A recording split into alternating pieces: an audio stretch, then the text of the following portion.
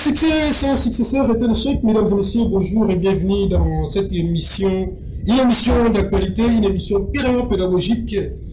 Aujourd'hui, dans un débat très tendu, et un débat interdit au cardiaque ce matin, l'accord de paix signé à Washington entre la République démocratique du Congo et le Rwanda, la déclaration de principe entre le gouvernement congolais et la rebelle de M23, le gouvernement qui s'annonce déjà, qu'est-ce que demande le peuple? Nous allons en parler avec mes invités qui sont déjà avec moi sur ces plateaux. Ils nous révèlent comme ça des différentes formations politiques. Je vois Béni Clément, bonjour et bienvenue. Oui, merci beaucoup, bonjour. Bonjour mes co-débatteurs. Je suis vraiment ravi de vous raconter ça. Merci. Nous prenons directement Michel Olivier INC. Bonjour et bienvenue. Bonjour à tous les spectateurs et également aux co-débatteurs. Première question qui tombe sur vous. L'accord est signé entre la République démocratique du Congo et le Rwanda. Est-ce que peut-on parler aujourd'hui d'une voie vers la paix durable? Effectivement, on doit comprendre que la signature de cet accord est un pas vers le retour imminent de la paix à l'est de la République démocratique du Congo, tout en sachant que l'est de la RDC est agressé depuis plus de 30 ans.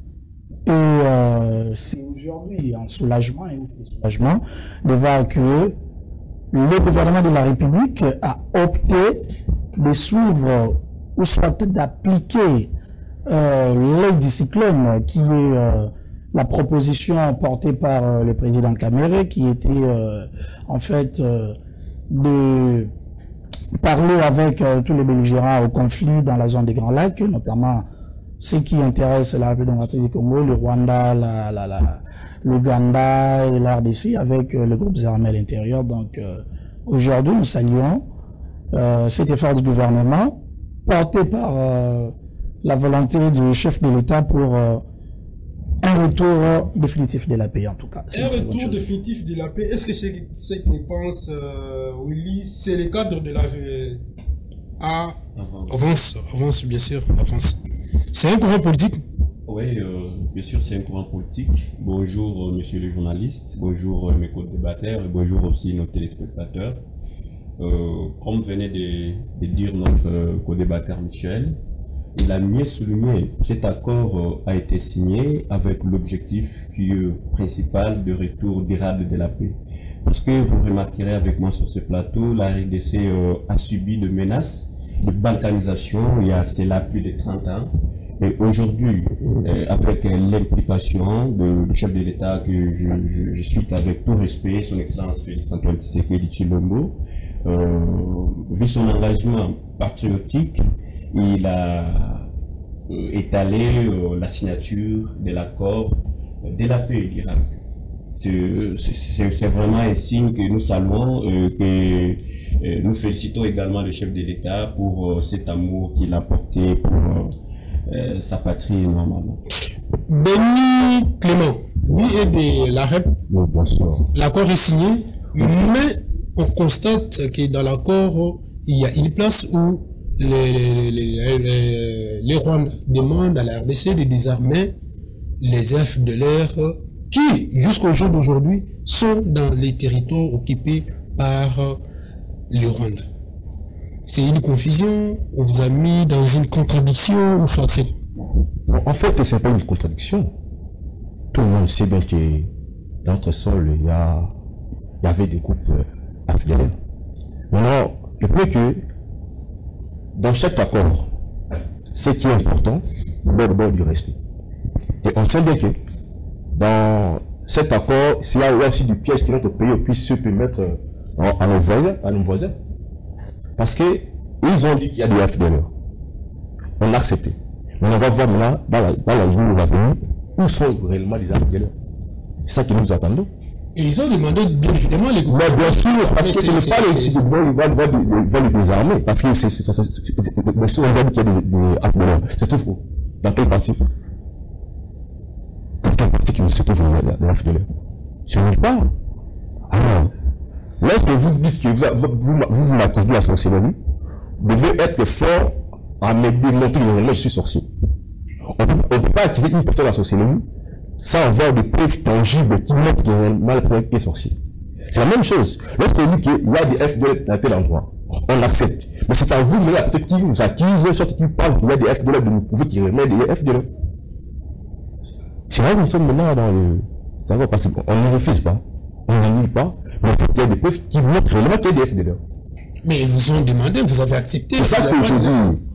Dans l'accord, on ne peut pas refuser parce que le pays a besoin du pays. Et cela à tout prix. Voici, c'est ça. Parce qu'on a fait presque 30 ans de guerre. Il y a le massacre, il y a des génocides, tout le monde le sait. Il y a des pillages, même des génocides naturels. Mais aujourd'hui, nous sommes en train de chercher tous les moyens possibles pour qu'il y ait la paix durable. Maintenant, qu'est-ce qu'on va faire? Il faut être stratège. Parce qu'en matière politique, on ne marche pas comme tout le monde. On cherche toujours des stratégies. Là, il y a on sait bien que ton adversaire est faible. Et ils ont dit que pour qu'il y ait des FDLR, c'est-à-dire vraiment congolais, ils gardent les FDLR. Bon, on accepte. Maintenant, c'est à vous, la personne qui dit qu'il y a des FDLR, de nous prouver qu'il y a des FDLR. Oui, lorsque oui, on va le faire comme vous avez dit. Mais il faut qu'il y ait des preuves que vous pouvez nous aider à détecter les FDLR. Ce n'est pas de nous de le faire. C'est le gouvernement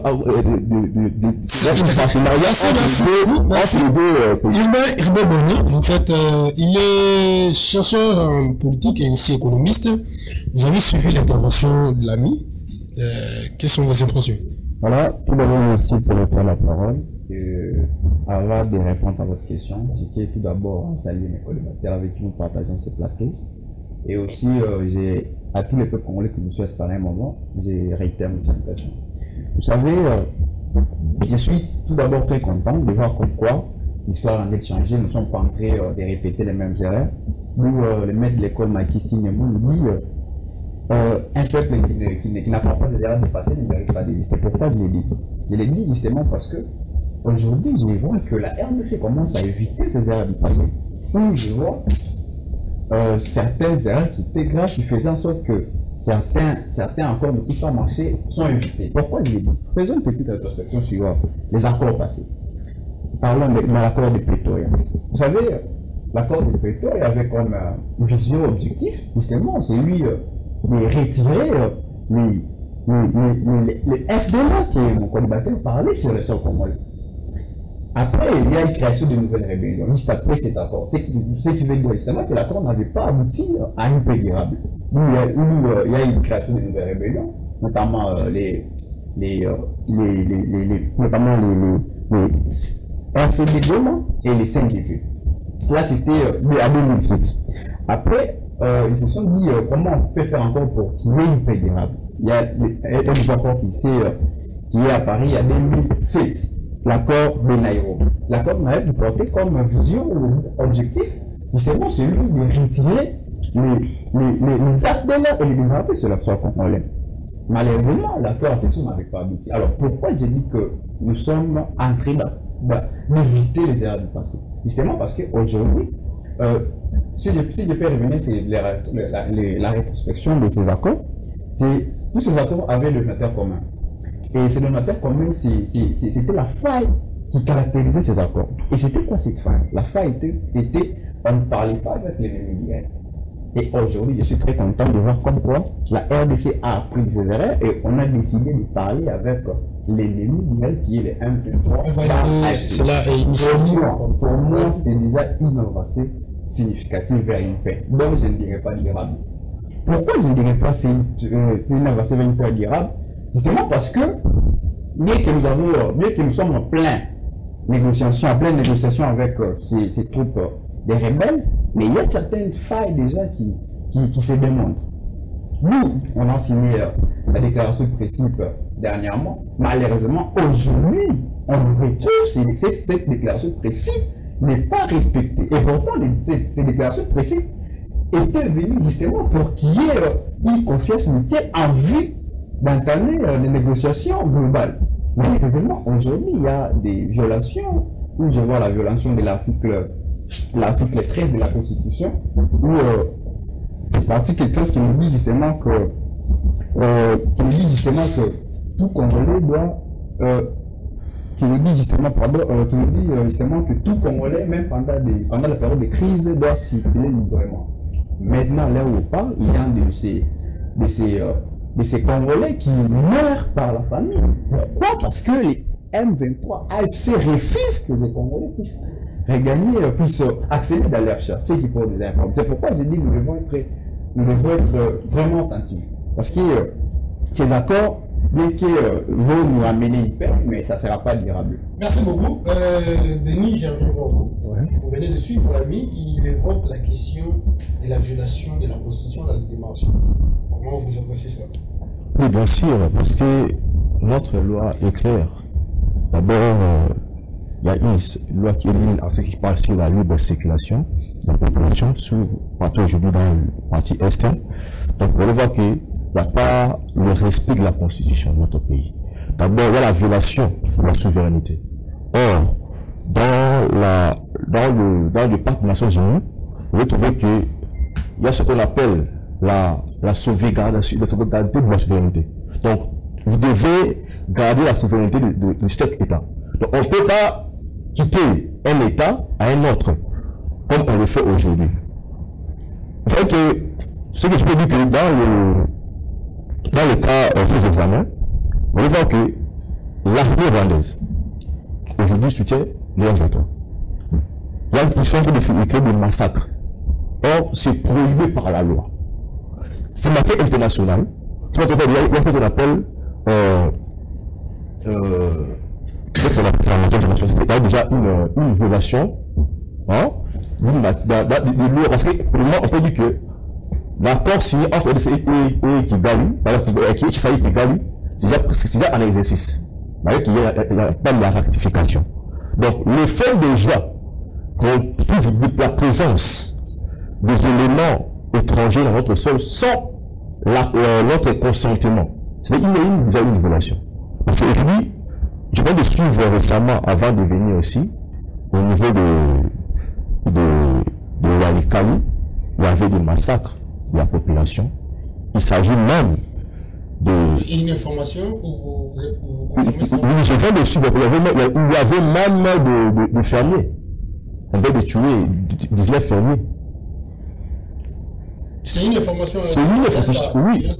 Oui, je viens d'être informé avant de venir d'abord. On va vérifier. C'est tout cela où on trouve qu'il y a déjà une violation de l'accord signé.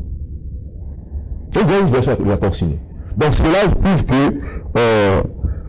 nous devons aussi continuer à pousser. D'ailleurs, vous avez même salué le président de l'Assemblée nationale, l'honorable Viviane Kamere, récemment dans leur il est resté jusque maintenant silencieux? Non. Récemment, il vient même de parler la République du Rwanda en déclarant même des sanctions de l'Union européenne. L'Assemblée nationale joue réellement son rôle, vraiment. Comment ça? J'aimerais bien revenir pour vous. Je prends Michel Olivier lui-même pourrait parler. Aujourd'hui, on sent qu'il y a un silence observé à l'Assemblée nationale dès lors que la RDC est en train de subir et qu'aujourd'hui plusieurs personnes sont mortes, mais on sent que l'Assemblée nationale ne joue pas vraiment son rôle. Vous, en tant que vous êtes communicateur, vous êtes de l'INC et je ne sais pas beaucoup argumenter sur ça, comment vous trouvez cela? Je serais quand même étonné. Essayez de ramasser, Oui, je serais quand même étonné d'une telle question venant d'un journaliste aussi expérimenté que vous, parce que vous êtes censé avoir la bonne information en fait. Mais je voudrais ici ramasser en passant de la collaborateur urbain. Par exemple, lorsqu'il parle de la violation de l'article 13, en tout cas de la Constitution, ce n'est pas ça. L'article 13 de la Constitution ne parle pas de la libre circulation, mais plutôt de la discrimination en matière éducative. C'est justement, c'est un lapsus. En fait, bien sûr, ce serait mieux de ratifier cela. C'est plutôt l'article 17. Mais également, ce que je voudrais dire ici, je souhaite essayer de compléter mon co-débatteur ici en face, c'est que la démarche entreprise par le gouvernement de la République c'est suivant également la résolution 2773 des Nations Unies. Dans cette résolution, il avait été dit, mis à part les sanctions contre, ou soit les avertissements contre le Rwanda, qu'il fallait un dialogue entre tous les protagonistes, soit les personnes concernées dans ces conflits. Donc, c'est quelque chose de très important, ce n'est pas que le gouvernement a fait un raté ou quoi que ce soit.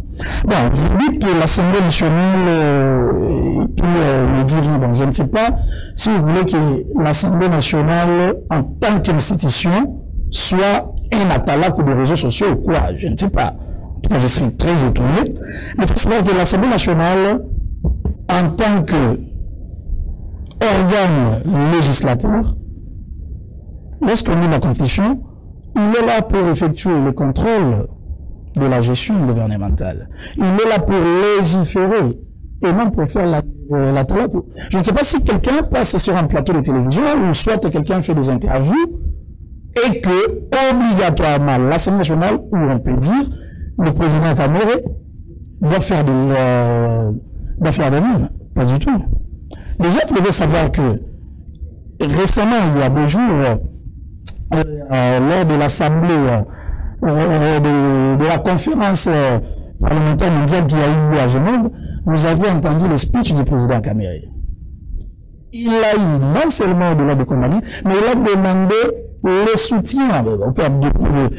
Il effectue une diplomatie parlementaire. Donc, il a demandé le soutien de tous les présidents des parlements du monde par rapport à la situation que nous avons à l'Est. Sans oublier qu'aujourd'hui, d'abord nous sommes le 2 août, aujourd'hui c'est la journée où on commémore le génocide, le génocide congolais. Ça, on ne doit pas l'oublier. Il y a eu plus de 10 millions de morts. Donc, au-delà de sa casquette de président de l'Assemblée nationale, avant qu'il ne puisse accéder à cela, j'avais eu à effleurer lors de mon intervention ici le cyclone. Donc, on ne doit pas s'attendre à ce que le président Kamere soit un atalak de la République. C'est un homme d'État, il agit en tant que chef d'institution. Hypocrisie par rapport à... Donc, ce qu'il a dit là, à Genève, ça n'engage pas la République, ou soit, ça ne peut pas, ou soit, je peux vous lire. Je peux vous dire, si je peux, du tout, madame, Congolais, donc, les Congolais, moi je ne suis pas Congolais, vous n'êtes pas Congolais. Ou soit, je peux vous lire un extrait de son speech. Si vous voulez bien, je pourrais vous lire, mais quand même, on est à la télévision, soit je peux très bien vous l'envoyer inbox. Donc, il faudrait comprendre que lui, s'il doit parler, c'est d'abord en tant que chef d'institution et homme d'État. Et non un atalogue de la République. Ne l'attendez pas dans ça. Ne l'attendez pas dans la petitesse, en tout cas. Merci beaucoup. Vous avez suivi 3 interventions. Et moi, pour citer, parce que nous avons encore d'autres matières. Merci beaucoup, chers journalistes, de m'avoir encore accordé la parole pour la 2e fois. Je remercie tous nos collaborateurs parce qu'ils ont au moins essayé de donner leur point de vue et l'éclaircissement par rapport à cette question très pertinente. En fait, je voudrais un peu éclaircir par rapport à ce que le camarade Urbain venait de dire. En fait, si nous avons dit qu'il y aura une paix durable, c'est parce que dans l'accord signé, si vous regardez, c'est le chapitre 4. Dans le chapitre 4 de cet accord, on parle de mise en place de mécanismes de suivi. Donc, si le Rwanda ne respecte pas cet accord signé, ils vont subir des conséquences parce que c'est un accord. Vous avez déjà signé, vous avez accepté de poser vos signatures et vos sous. Et quelque chose que vous avez déjà signé. Ça continue jusqu'au jour d'aujourd'hui. La semaine dernière, l'RM23 avait renforcé du côté. Bon, sur cette question, d'ailleurs, c'est après cet accord, il y a eu un délai qu'on a donné au Rwanda afin d'évacuer son armée qui est dans notre sol de la République démocratique du Congo. Alors, j'espère très sincèrement, dès que ce délai-là est déjà accompli, le Rwanda va prendre ses responsabilités d'évacuer tous ces militaires, tous ces rebelles sur notre sol. Parce que nous voulons normalement que dans notre sol, que cette balkanisation-là ne puisse plus encore exister. Et cet accord, normalement, quand il y a de mesures, quand on a mis de mécanismes de suivi, j'espère très sincèrement qu'il y aura une paix durable. Parce que l'œil de tout le monde qui ont accordé cet accord sera placé sur plutôt sur le gouvernement de Rwanda ainsi que le gouvernement de la RDC. Si la RDC ne respecte pas cet accord, donc catégoriquement ils vont tomber dans leur propre piège. Si le Rwanda ne respecte pas, ils vont aussi tomber, il y aura des conséquences. Parce que l'accord est très vraiment simple à comprendre, à lire, et dans un bon français, un français vraiment qui est terre à terre.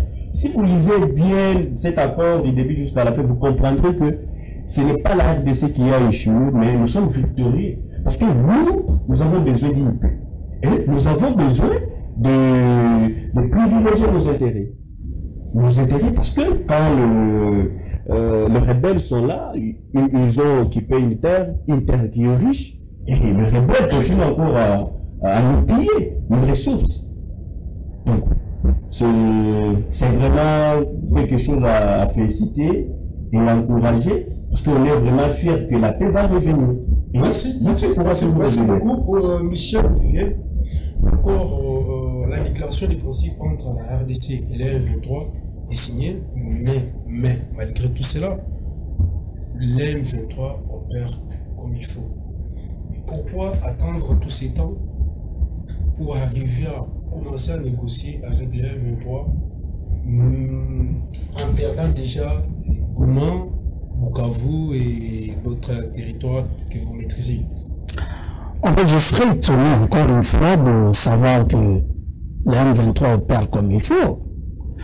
Ici, on ne doit pas oublier que, d'abord, vous oubliez que la déclaration... Les M23 ont renforcé la semaine dernière les hommes sur Walikale. Ils ont renforcé les hommes sur Walikale. Je veux vous dire que Walikale est toujours sous contrôle des FARDC. En tout cas, il n'y a personne qui peut me dire le contraire actuellement. Ça ne vient pas de moi, mais si il arrivait que Walikale était occupé... Non, c'est pas quand même, mais ils ont renforcé quand même. Non. En fait, Walikale n'est pas occupé, c'est toujours sous contrôle. Sous les rebelles. Mais quand même, les rebelles sont en train de renforcer. Ce qu'il faudrait savoir d'abord, c'est quoi? La déclaration de principe qui a été signée, c'est en fait une volonté commune de parti dans cette négociation. Pourquoi le faire? Parce que ces gens-là ont été considérés comme les panthères, les coquilles vides. En fait, si je comprends bien, vous êtes en train de faire la campagne de l'ennemi. Non, moi je ne fais pas la campagne. Ce qu'il faut comprendre ici, avons-nous réellement besoin d'une paix dans la République ou pas? Mais pourquoi ce n'est pas question d'attendre. Mais on évalue l'évolution des choses. Il ne faudrait pas dire que, comme on est là, on ne doit pas parler avec le Rwanda ou on ne doit pas parler avec, je ne sais, les M23 et autres. Parce que, aujourd'hui, est-ce que vous savez que nos frères qui doivent quitter ou qui quittent Goma, Bukavu pour qu'ils arrivent à Kinshasa, ils commencent à faire des transits même vers Addis Abeba. Vous savez combien ça coûte? Un citoyen lambda. Et vous voulez que le gouvernement ne prenne pas de mesures pour assouplir, n'est-ce pas, les choses que la population va librement à ses occupations. Si on négocie aujourd'hui, ce n'est pas parce que... Vous ne voyez pas que c'est un pétard. En fait, ici, on est devant les faits. Parce que ces gens si on doit rentrer... Ces gens ici étaient à Boulaga, non? Ils ont demandé un dialogue direct avec le gouvernement, ils ont refusé. Ils ont pris... Il faudrait savoir que ce dialogue a été fait également de par d'autres médiateurs, en fait, par la grâce, je dirais, d'autres médiateurs. Lorsque nous sommes allés à Luanda, il y avait cette demande. À Nairobi, il y avait cette demande également à Doha. Même après la signature de l'accord entre la RDC et le Rwanda, les facilitateurs qui sont les États-Unis, ils ont eu à faire des recommandations pour qu'on puisse dialoguer avec eux. Il n'est pas exclu qu'on puisse dialoguer pour le retour de la paix. Ici, on ne dialogue pas pour vendre la République, on ne dialogue pas non plus pour pouvoir oublier tout ce que l'AFM 23 a fait subir à la République avec plus de morts. Vous pensez qu'après les dialogues, ou soit les négociations avec les rebelles de 1-23, on verra Nanga à la justice? En fait, je n'aimerais pas ici parler de personnes. Je verrai lorsque nous parlons de l'État, nous parlons de la République. Quand on parle de faits, qu'on ne parle pas de personnes, déjà, c'est quelqu'un qui a déjà terminé sa crédibilité de distance en tant que citoyen. Aujourd'hui, la personne dont vous citez devrait avoir honte d'être même appelé Congolais. Il devrait même avoir honte d'être passé par les institutions de la République. Donc, si on doit parler, parlons République, ne citons pas ces genres de personnes, en tout cas. Ici, pour essayer de citer cette intervention, ce que je veux dire, c'est que le dialogue a toujours été la meilleure des voies pour la résolution de toute crise. Si vous suivez par exemple le Villepin, l'ancien président français, et plutôt l'ancien premier ministre français, il avait à dire que dans tout conflit dans le monde, il y a toujours eu des courants. Il y a le courant de ceux qui veulent la guerre, il y a également le courant de ceux qui veulent le dialogue, ou ceux qui prennent le dialogue. Mais on a toujours été devant le fait que dans la guerre, on peut la commencer, mais pas avoir la certitude de pouvoir la terminer ou la gagner. Mais avec le dialogue, avec une politique diplomatique, on peut savoir comment mener sa politique, sa diplomatie, pour qu'on puisse, n'est-ce pas... Merci beaucoup, allez-y comprendre, c'est un membre de l'Union sacrée. La REP, Denis Clément. La RDC aujourd'hui discute avec les rebelles de 1-23. Ce n'est pas une façon d'innocenter le Rwanda qui a été traité comme l'agresseur direct de la République. Bon, moi je peux dire non, parce qu'en réalité, si c'était ainsi qu'on vient de parler, on pourrait rejeter le dialogue de Washington pour aller directement avec le 1-23. Mais je peux dire que... Tous les deux à la fois. C'est ça que je voulais vous expliquer. Parce que si c'était la naïveté, comme je viens de dire, soit de faire décharger le Rwanda comme vous pensez, mais on peut directement commencer avec le 1-23 et abandonner le Rwanda. Mais si on accepte d'aller avec le 1-23, d'abord c'est pour chercher une paix durable. Parce que vous allez savoir que un bon père de famille, pour l'intérêt de sa maison, il est censé de faire tous les moyens possibles pour que ses enfants soient en abondance. C'est ça que notre l'État, notre président est en train de faire.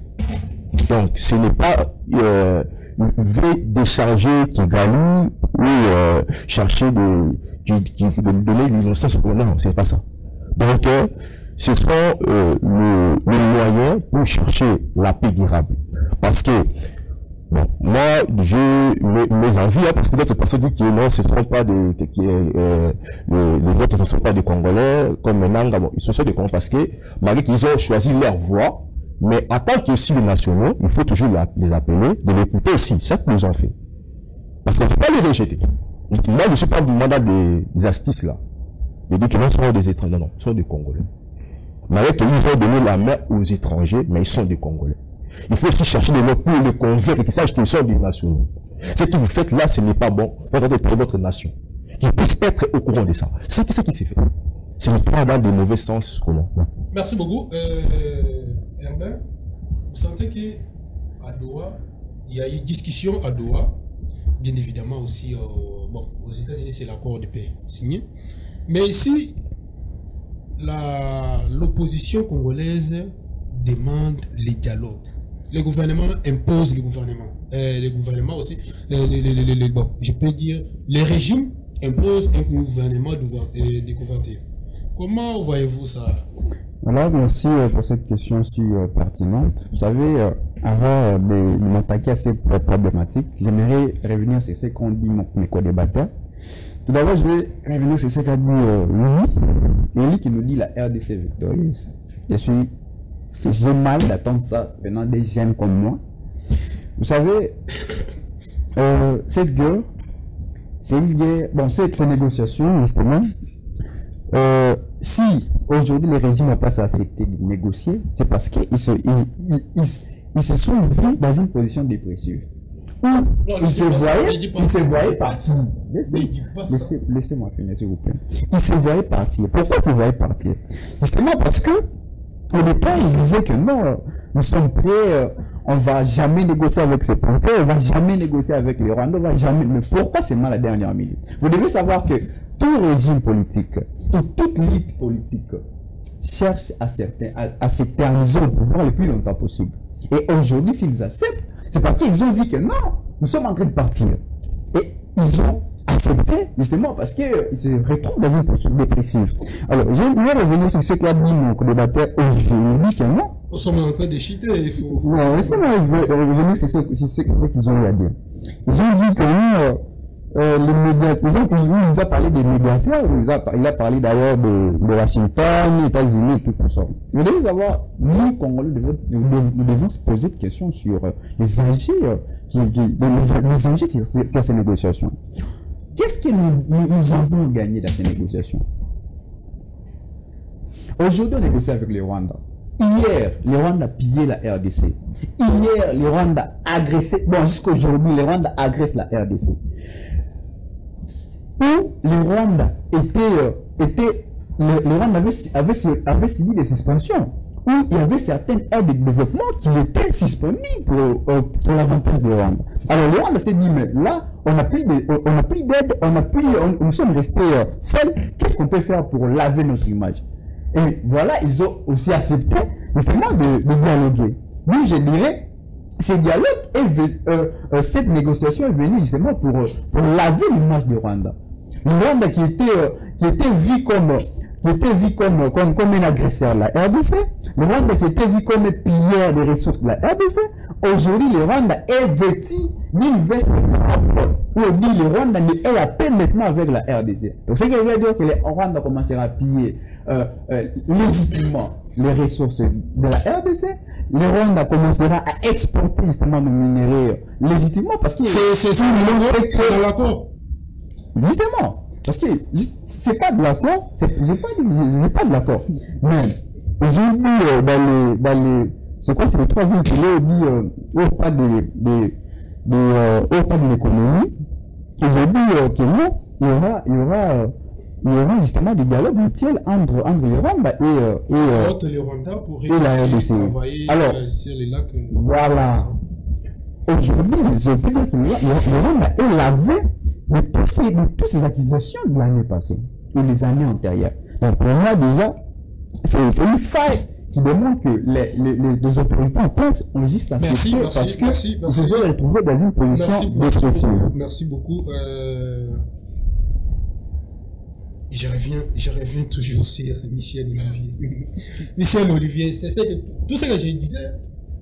Ici, vous avez suivi l'intervention de notre collègue qui intervient dans le sens économique où la RDC a brandi les minéraux justement pour avoir la paix à une personne qui l'a humilié plusieurs fois. De même qu'il a été étonné par rapport d'une certaine manière en fait, même si je ne suis pas d'accord, par rapport à ce que le frère venait de dire ici, moi je suis très étonné qu'un jeune aussi cultivé qu'urbain puisse dire certaines choses ici. Je ne sais pas comprendre comment il peut dire que cet accord puisse légitimer les actes ici du Rwanda. Par contre, je voudrais vous dire que cet accord vide les arguments du Rwanda de toute substance. Le Rwanda n'aura plus d'arguments à présenter sur table. Le Rwanda, avec d'abord dans les années 1932, c'était la première déportation lorsqu'ils ont quitté le Rwanda vers la RDC, et c'était d'ailleurs sous pression des Nations Unies qui sont qu'on a eu l'ouverture des frontières. On arrive en 1994. C'était à l'époque Kendo Adongo comme Premier ministre. Il y a eu la chute du gouvernement du fait président Habyarimana. Sous pression des Nations Unies, la RDC a ouvert ses frontières. Les Zaïre à l'époque avaient voulu qu'on puisse faire le tri entre ceux qui venaient comme les déplacés, qu'on sache qui sont militaires, qu'on sache qui sont civils et tout le reste.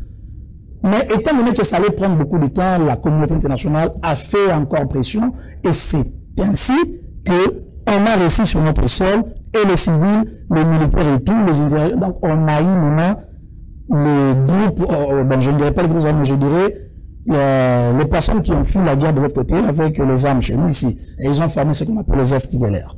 Et depuis lors, ils essayent toujours de combattre et la République de la démocratie du Congo et le Rwanda d'une certaine manière.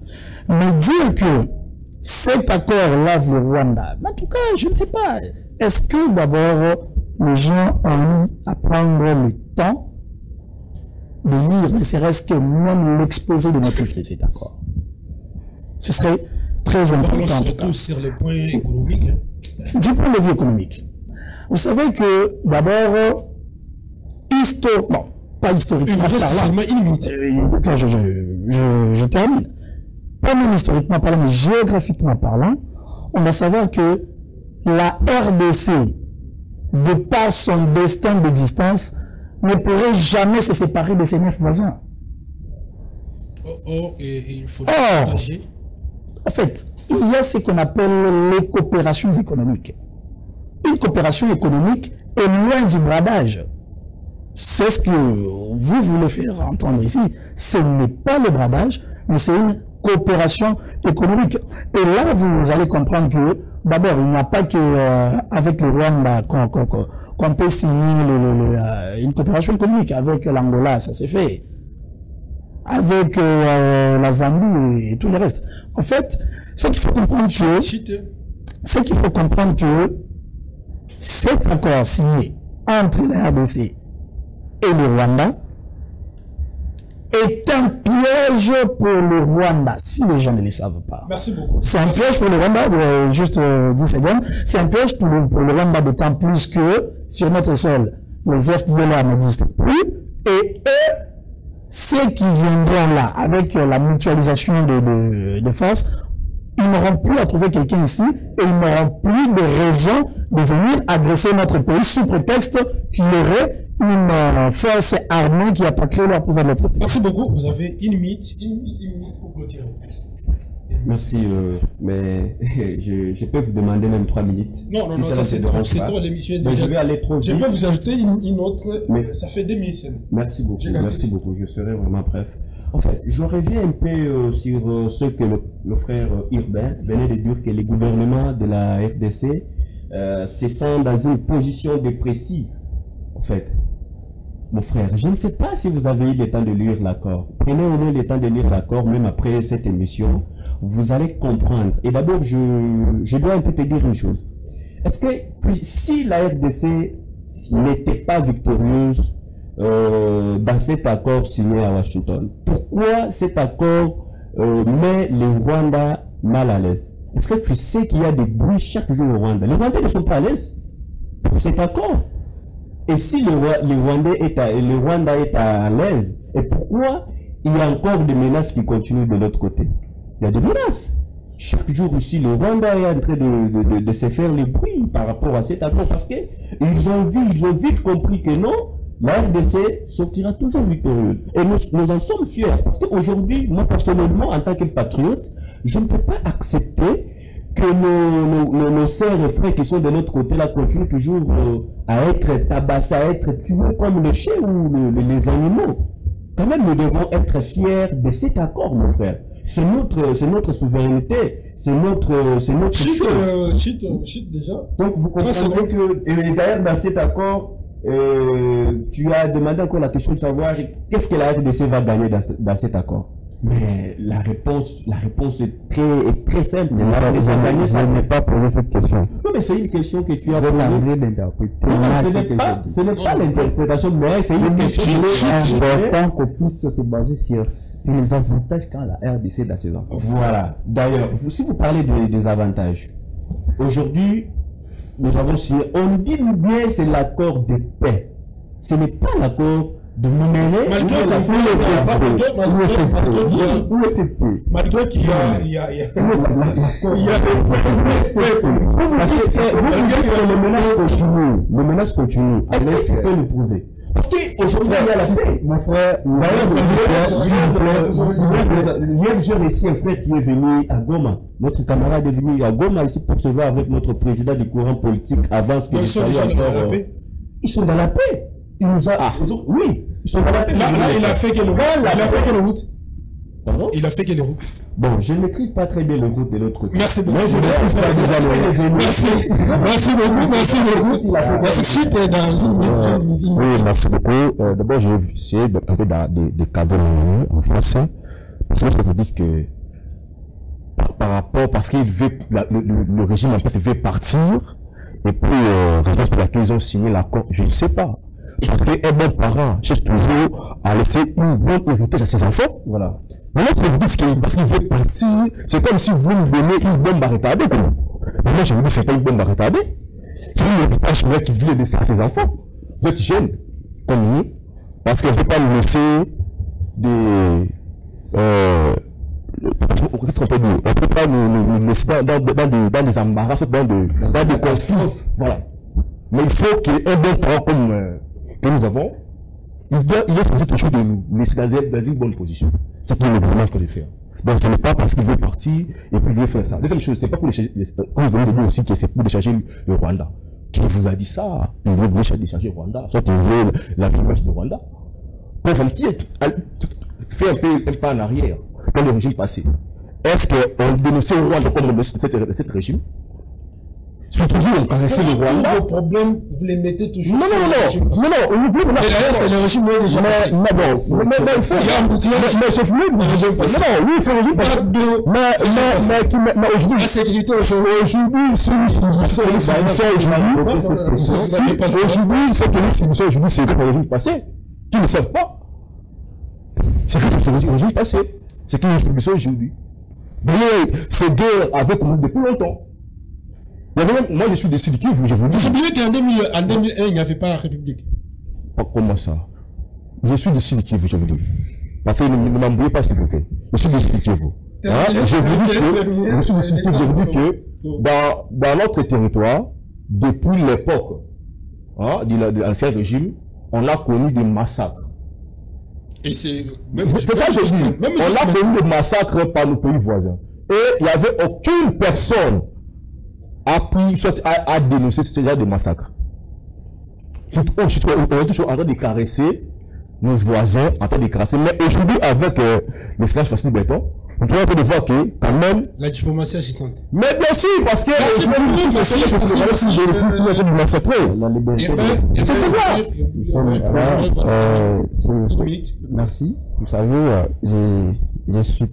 je crois que mes co-débatteurs sont en train de penser que je suis de l'opposition. Je ne suis pas l'opposition. Je suis un chercheur en politique et économiste. Alors, quand je pose mes analyses, sur base des faits qui sont tangibles. Je ne suis pas de l'opposition. Et je suis étonné, vous savez, à chaque fois que nous allons nous pointer sur des plateaux, il faut que nos analyses puissent être nettes. Ce n'est pas parce que vous êtes de telle appartenance politique que vous allez nier une vérité. Alors, je pense qu'il est important de savoir que aussi longtemps, je dis bien aussi longtemps, que l'article 5 de la Constitution qui dit aucune autorité, aucun groupe armé ou un étranger a le droit de décider à la place du peuple. Aussi longtemps que cet article sera respecté, il n'y aura pas une paix durable. Ça revient à dire quoi? Ça revient à dire qu'il est important de faire asseoir toutes les couches possibles et parler de ces... Merci beaucoup, Michel. En fait, un dernier mot, j'aimerais en tout cas demander à mon frère Urbain de très bien vérifier ces articles nous sommes sur un plateau de télévision, ce serait pas bien de donner des articles avec, qui, en fait, dans l'interprétation, soit même la teneur n'existe pas dans la Constitution.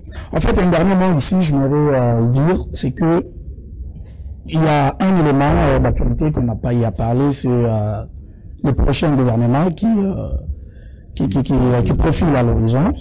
En fait, ici, je voudrais simplement lancer un appel à tous ceux qui entourent le chef de l'État, à tous ceux qui participent dans l'orchestration, en fait, de la formation gouvernementale, notamment la première ministre, tous les très proches collaborateurs du chef de l'État, à faire très bien les choses.